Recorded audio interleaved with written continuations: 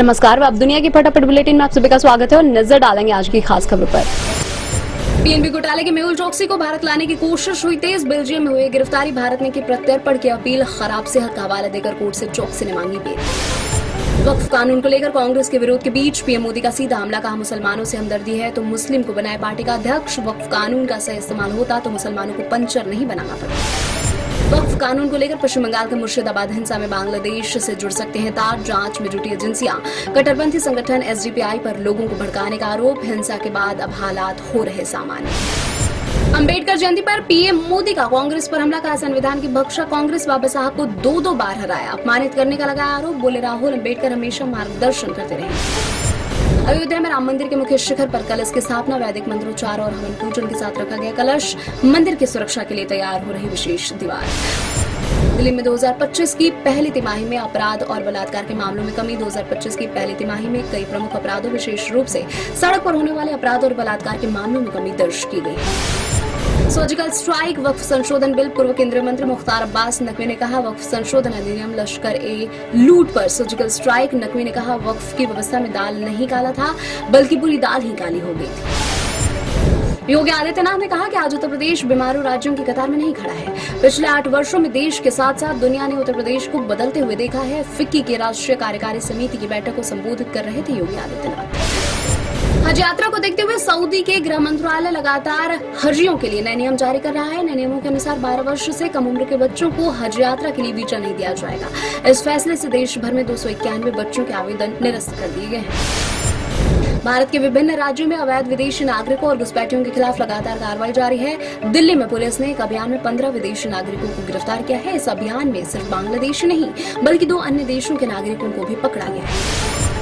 आपके राष्ट्रीय संयोजक अरविंद केजरीवाल ने सोमवार को कहा कि भाजपा बीआर अम्बेडकर के सामने मजबूरी में झुकती है, लेकिन उनके आदर्शों को बरकरार रखने में विफल रही है। भाजपा की ओर से फिलहाल कोई प्रतिक्रिया नहीं आई।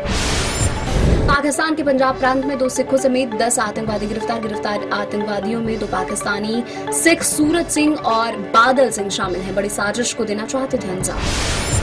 मध्य प्रदेश के नीमच में जैन मुनियों पर हमला करने के आरोप में राजस्थान के 6 लोग गिरफ्तार। सिंगोली कस्बे में पैसे न दिए जाने के आरोप में रविवार और सोमवार की दरमियानी रात 3 जैन मुनियों पर लाठियों और धारदार हथियारों से हमलावर में नाबालिग भी शामिल। आईएमडी ने बंगाल में आंधी तूफान और बारिश का अनुमान जताया। पश्चिम बंगाल के कई जिलों में बिजली चमकने और तेज हवाएं चलने अथवा आंधी तूफान आने का अनुमान जताया। बांग्लादेश और उसके आसपास के इलाकों में ऊपरी हवा का चक्रवाती घेरा बना हुआ है। कांग्रेस अध्यक्ष मल्लिकार्जुन खड़गे ने सोमवार को लगाया आरोप कि मोदी सरकार बाबा साहब भीमराव अंबेडकर का सिर्फ नाम लेती है, जबकि भाजपा तथा आरएसएस के लोग अंबेडकर के शत्रु हैं। खड़गे ने कहा बाबा साहब को चुनाव में हराने के लिए भाजपा के वैचारिक पूर्वज जिम्मेदार थे। गुजरात के गिर सोमनाथ जिले में तेंदुए ने 3 साल के बच्चे को मार डाला। खेत मजदूर रमेश चावड़ा की बेटी कुंदन झोपड़ी से बाहर हाथ धोने गई थी। इसी दौरान तेंदुए ने उस पर हमला कर दिया। तेंदुए को पकड़कर पशु देखभाल केंद्र में भेज दिया गया है। खुफिया ब्यूरो यानी आईबी के सुरक्षा सहायक को चाकू की नोक पर लूट लिया गया था। सनसनीखेज मामले में पुलिस ने 2 ऑटो चालकों को गिरफ्तार कर लिया है। लुटेरों की पहचान अख्तर रजा और गुलाम रजा के रूप में हुई है। वक्फ कानून के खिलाफ बंगाल में फिर भड़की हिंसा। 24 परगना जिले में पुलिस की गाड़ियों को फूका। इलाकों में भारी संख्या में पुलिसकर्मियों की तैनाती की गई है। मुर्शिदाबाद में पिछले दिनों भड़की थी हिंसा।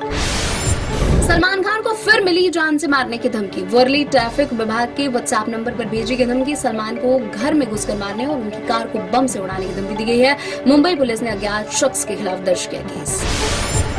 मेघना गुलजार ने की अपनी नई फिल्म दायरा की घोषणा। करीना कपूर और पृथ्वीराज सुकुमारन साथ आएंगे नजर। क्राइम ड्रामा थ्रिलर दायरा को जंगली पिक्चर्स संग मिलकर बनाएगी मेघना।